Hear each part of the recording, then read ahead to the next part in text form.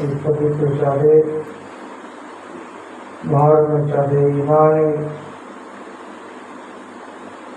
দায়িত্ব নিয়ে ইমানকে মজবুত রাখার জন্য, ইসলামকে মজবুত রাখার জন্য যে শিক্ষা ইমাম হুসাইন আমাদেরকে দিয়েছেন কারবালার ময়দানে, সেই শহীদ কারবালা স্মরণে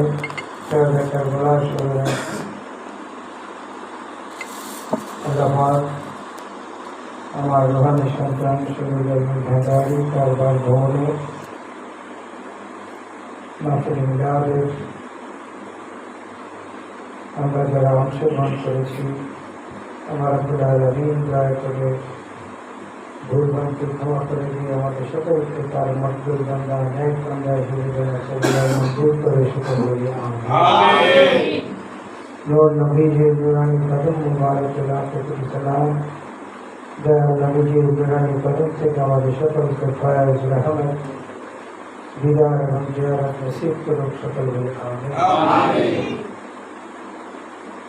নূর নবীজির তিরিশতম আওলাদ, আমার প্রাণ প্রিয় মুর্শিদ, আমার শিরোতা জামাল মালিক আল্লাহ নবীর তিরিশতম আওলাদ, মুশকিল কুশা ফানাফিল্লাহ বাকাবিল্লাহ মুর্শিদিনা সৈয়দনা হযরত গৌসুল আজম সাহেব আলম,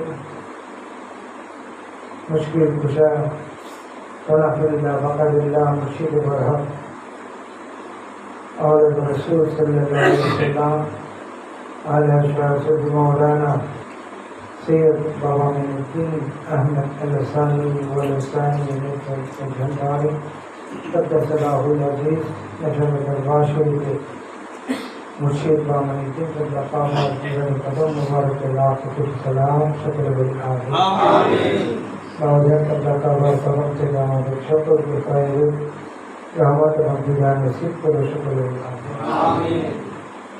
আজকের দিনটা অত্যন্ত গুরুত্বপূর্ণ, এই রাতটাও একটা গুরুত্বপূর্ণ।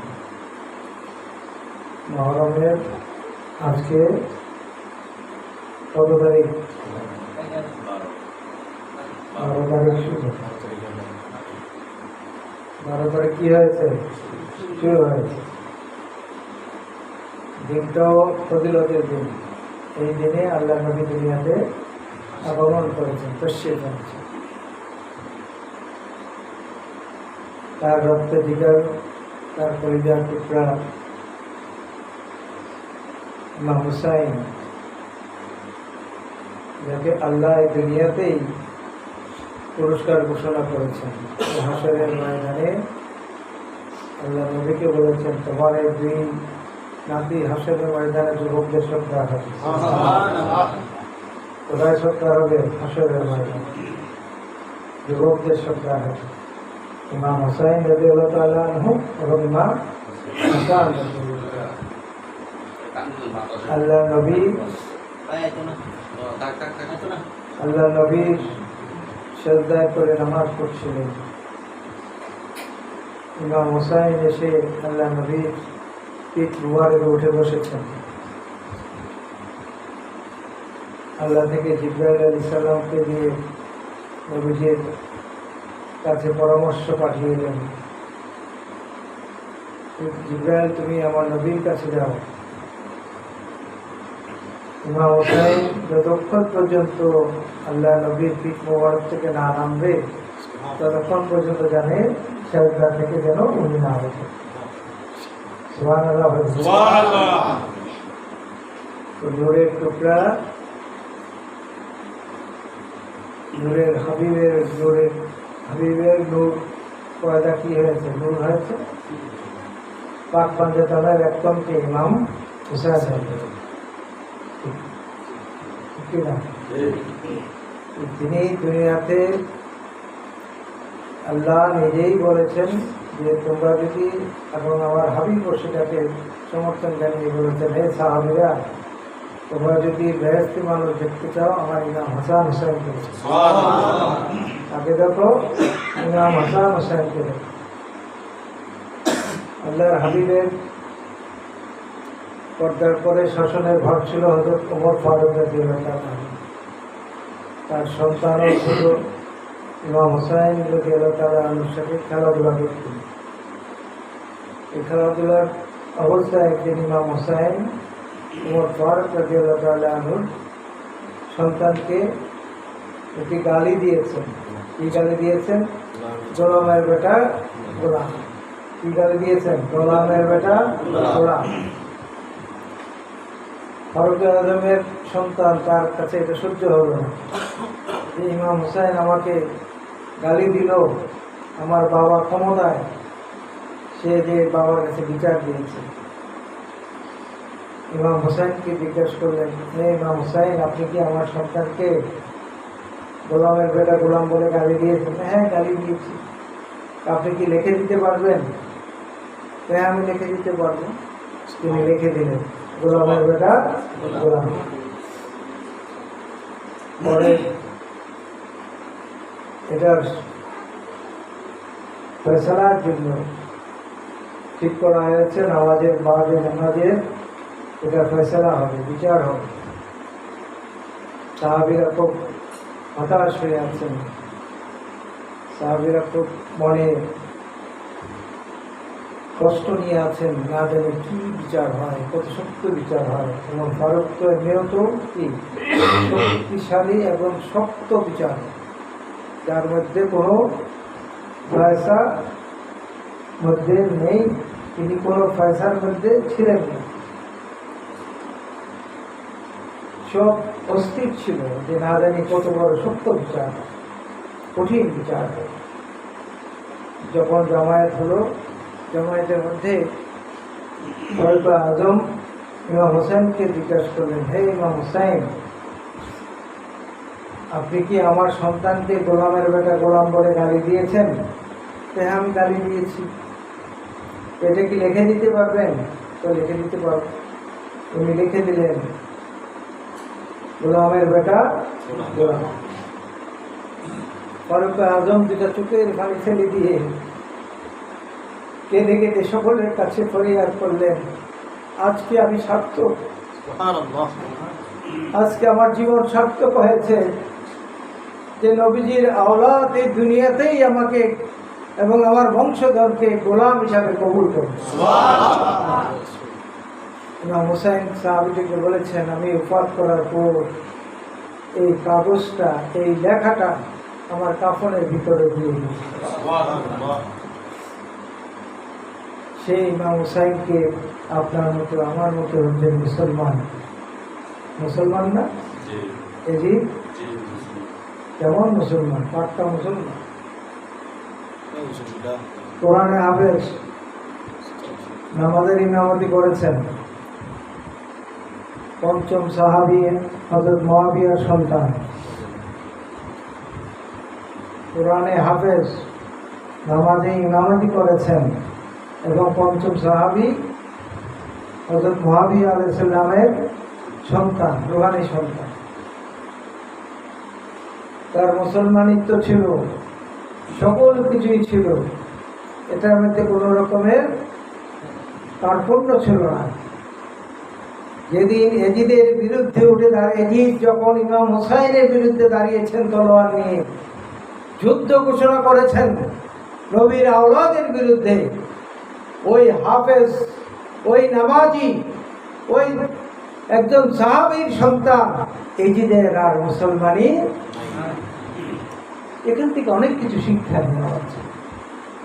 শুধু হাফেজ হলেই ইমানদার হওয়া যায় না, শুধু নামাজ পড়লেই ইমানদার হওয়া যায় না, নামাজের ইমামতি করলেই ইমানদার হওয়া যায় না। যতক্ষণ পর্যন্ত আমার নবীকে ভালো না বাসবেন, যতক্ষণ পর্যন্ত আহলে বেয়াতকে ভালো না বাসবেন, ততক্ষণ পর্যন্ত আপনি মুমিন হবেন না। নারে তাকবীর, আল্লাহু রিসালাত, ওলির দুশমনেরা হুঁশিয়ার সাবধান। আমরা সেই ঈমান নিয়ে তো কবরে যেতে চাই, তাই না? মুমিনিয়াতের সবচেয়ে বড় লক্ষণ হলো আল্লাহ রাসূলকে ভালোবাসা, আহলে বেয়াতকে ভালোবাসা। এটা হলো মুমিনিয়াতের লক্ষণ।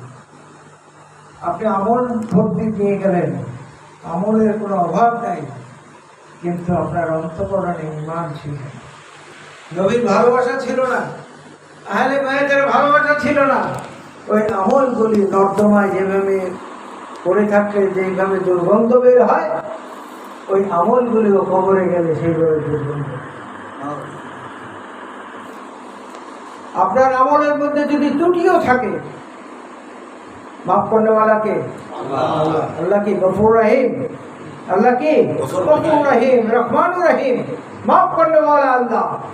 আপনার আমলের মধ্যে যদি ত্রুটি থাকে আর আপনার হৃদয়ের মধ্যে, আপনার অন্তঃকরণের মধ্যে যদি নবীর ভালোবাসা প্রকাশিত হয়, আহলে বায়াতের ভালোবাসা যদি প্রকাশিত হয়, এই আহলে বায়াতের ভালোবাসার উসিলায়, নবীজির মহব্বতের উসিলায়, ইমানের খাতিরে আমার আল্লাহ আমলের ত্রুটিগুলি মাফ করে।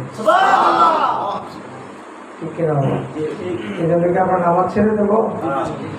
হ্যাঁ, ইমানদারের জন্য আমল আরো বেশি করতে হবে, নামাজ বেশি বেশি করে করতে হবে। এই মহরম মাসে অনেকে রোজা রাখে নাই, হ্যাঁ, আজকেও রোজা রেখেছে, সোমবারের দিন, গতকাল রেখেছে, তার আগের দিনও রেখেছে, অনেকে আরও রোজা রাখে। এই নফল রোজার দাম অনেক অনেক। এনে ওলামা আহলে সুন্নাত আছেন, তারা মাদ্রাসায় লেখাপড়া করেছেন, আমাদের মাদ্রাসায় পড়ে গিয়ে গোলামি করেছি কার? আওলাদ রসুলের। গোলামি করেছি কার? আওলাদ রসুলের। আমাদের তাসাউফের শিক্ষা, ইলমে লদুনি শিক্ষা, এই সকল শিক্ষা আমরা আমাদের মুর্শিদ বা আমাদের দিনের কদম থেকে শিখি। যার যার মুর্শিদ থেকে, কদম থেকে শিখবেন। তাসাউফের শিক্ষা, ইলমে লদুনি শিক্ষা, শরীয়ত এবং মারফতের শিক্ষা। শরীয়ত না থাকলে মারফতের কোনো দাম নাই। মুর্শিদ বাহমানের দিন বলেছেন, যার মধ্যে শরীয়ত থাকবে না তার মধ্যে মারফতও, শরীয়ত ছাড়া মারফতে যাওয়ার কোনো সুযোগ নাই। শরীয়তের মধ্যে থাকতে হলে নামাজ পড়তে হবে, রোজা রাখতে হবে। আর মসজিদে আজান দিলে যাই আমরা চার জনে বসে থাকবো নাকি? হ্যাঁ, মানুষ হাসি এসে পড়বে, দেখো বান্ধবীরা আল্লাহর নামাজ পড়েন আর বড় বড় ফকিরি কথা বলেন, ঠিক কিনা? মানুষের গালি আপনি খাবেন না, আপনার জন্য আপনার মুর্শিদ এই গালিটা খাবে। আমরা কি আমাদের মুর্শিদকে গালি খাওয়াবো? যিনি নবীজির আওলাদ, যিনি কে? নবীজির আওলাদ। কারণ আমি তার সাথে 51 বছর, এই বছর নিয়ে কত বছর? 51 বছর আমার মুর্শিদ বাবানের দিনের সাথে সফর করেছি। এখনো জাহেরা হয়তো না হচ্ছে না, কিন্তু বাতিনি সফর বন্ধ না। আমি প্রতিটি ক্ষণে যখন মুর্শিদকে স্মরণ করি, আমার মুর্শিদ আমার সামনে হাজির হয়। এটা তার পাওয়ার, এটা আল্লাহর পক্ষ থেকে তিনি সে পাওয়ার অর্জন করেছেন। আর আমরা পাওয়ার অর্জন করেছি যেখানে বসেছি। আমি রাখান্দা গুণাগার আলমগীর, আজ থেকে 50 বছর আগের আলমগীর আর 50 বছর পরের আলমগীর, আকাশ পাতাল। ওই মনির থেকে যদি পাওয়ার না হতো, মনির যদি আমার পাওয়ার না দিতেন, আপনারা কি মর্যাদা দিয়ে এখানে বসাতেন আমাকে? এভাবে বসে তো? পাওয়ার হলো আল্লাহ, সেই পাওয়ারই তো আমার মুর্শিদ। আমার মুর্শিদের পাওয়ারে আমি আলমগীর হলাম। এগুলো চেইন অফ কমান্ড। ইঞ্জিনের সাথে বগির বাধা থাকলে, বগি ভাঙ্গা হোক, যে থার্ড ক্লাস বগি হোক, যদি ইঞ্জিনের সাথে বাধা থাকে, ইঞ্জিন কিন্তু গন্তব্যস্থানে আপনাকে পৌঁছে দেবে, ঠিক কিনা? ইঞ্জিন হলো আপনার আমার মুর্শিদ, যে মুর্শিদ আল্লাহ নবীর কাছে পৌঁছে দেবে। আমার মুর্শিদ যখন নবীর কাছে পৌঁছে দেবেন, আল্লাহ বাকি থাকবে না। নবীর পাগল হয়ে যান, আহলে বায়াতের পাগল হয়ে যান। মৃত্যুর পরে যখন আপনাকে ওই দোয়াটা পরে শোয়াবে, বিসমিল্লাহ ওয়ালা মিল্লাতে রাসূলুল্লাহ, আল্লাহ নবী নুরানি হাত দুটো বাড়াই দেবেন, এটা আমার পাগল, এটা আমার দেওয়ানা, এটা আমার হাতে দে, আমার হাতে দে, আমি তাকে নিজে কবুল করব। যত মুত্তাকিন হোক, যত নামাজি হোক, যদি মুমিন না থাকে, আল্লাহর নবী তাকে ধরবে না, স্পর্শ। আমাদের কি করতে হবে? মুমিনিয়াত হাসিল করতে হবে, আহলে বায়াতকে ভালোবাসতে হবে, আহলে সুন্নাত ওয়াল জামাতের পথে থাকতে হবে। বলে উনি এক দরবারের আমি এক দরবারের আহলে সুন্নাত ওয়াল জামাত সকল দরবারকে নিয়ে একটি মাত্র। আহলে সুন্নাত ওয়াল জামাতের মধ্যে কোনো বিভেদ নাই, যার যার পীর তার তার সুন্নি জামাত একটা। আমরা এই বিশ্বাসে কুমিল্লা জেলা আহলে সুন্নাত ওয়াল জামাত এগিয়ে যাচ্ছে। আমরা সকলকে আপনাদেরকে অনুরোধ করবো, যার যার এলাকায় আমাদের সুন্নি আলেমদেরকে একটু দেখে শুনে রাখবেন। বর্তমান প্রেক্ষাপট খুব একটা ভালো না। কোনো কারণে আপনার মসজিদের সুন্নি ইমাম যদি সরে যায়, ওই মসজিদে দেখবেন ওয়াহাবি ইমাম ঢুকে যাবে। সুন্নি আলেমদেরকে ধরে রাখার চেষ্টা করবেন, প্রয়োজন বোধে মানসিকভাবে লড়াই করবেন যেন আমার সুন্নি ইমামকে সরাতে পারবে। এটাও একটা ইমানি দায়িত্ব। আমার মুর্শিদ বাংলাদেশ তিনি সবসময় বলেছেন যে সুন্নি ইমামদেরকে ভালোবাসবা, সুন্নি আলেমদেরকে ভালোবাসবা, তাদের একটু খোঁজ খবর নেবা, তাদের কোনো অসুবিধা আছে কিনা, অসুবিধা থাকলে তোমরা সেখানে ঝাঁপিয়ে পড়বে। এটি তো প্রমাণ হবে আমাদের ইমাম সাহেবগণ, সুন্নি ইমামগণ খুশি হবে আন্তরিকভাবে যে আজকে আমি বিপদে পড়েছি, কিন্তু আমার সুন্নি ভাইয়েরা আজকে আমার পক্ষে এসে দাঁড়িয়েছে। ঠিক তো? এখানে কোনো দরবার কোনো ভাগ নাই। আমরা সকলে ঐক্যবদ্ধ থাকবো, সুন্নিয়াতের পথে থাকবো। সামনে ঈদে মিলাদুন্নবী সাল্লাল্লাহু আলাইহি আসতেছেন, সেই চাঁদে আমরা মিলাদুন্নবী উদযাপন করব। সেই অপেক্ষায় আমরা থাকবো। আমরা এখন থেকে প্রস্তুতি নেব যেন আমরা সঠিকভাবে আল্লাহর হাবিবের এই আগমনের দিনটা যেন পালন করতে পারি। আল্লাহ যেন আমাদের সঠিকভাবে সেই তৌফিক দান করুক। আমি কথা শেষ করতে চাই এইভাবে, আমি অত্যন্ত খুশি হয়েছি ওনাকে পেয়ে। আমি জানি না উনি থাকবেন কি না, আমার জানা ছিল না। অত্যন্ত খুশি হয়েছে একজন সুন্নি ইমামকে, সুন্নি আলেমকে তোমরা উপস্থিত রেখেছ, এটা আমাদের জন্য গর্ব। আমাদের জন্য গর্ব না? হ্যাঁ, আমরা গর্ব করে বলতে পারবো আমাদের ভাইদের মধ্যে কোনো বিভেদ। আমরা আলেমদেরকে শ্রদ্ধা করি, সেলিউট করি, তাদেরকে আমরা ভালোবাসি। এই জন্যই তিনি এসছেন। তাকে যদি ভালো না বাসতেন তিনি আসতেন? তিনি আমাদের সাথে মিলাপ করতেন? মিলাপ করতেন। আল্লাহ আমাদের সকলকে সেই তৌফিক দান করুক। ঈমান নিয়ে যতদিন আমরা দুনিয়াতে থাকবো, ঈমান এবং আমল দুইটাকে সঠিকভাবে রেখে আমরা যেন আমাদের জীবনটাকে উৎসর্গ করতে পারি, সেই তৌফিক আল্লাহ দান করুক। সকলে এখানে আটক দেবো,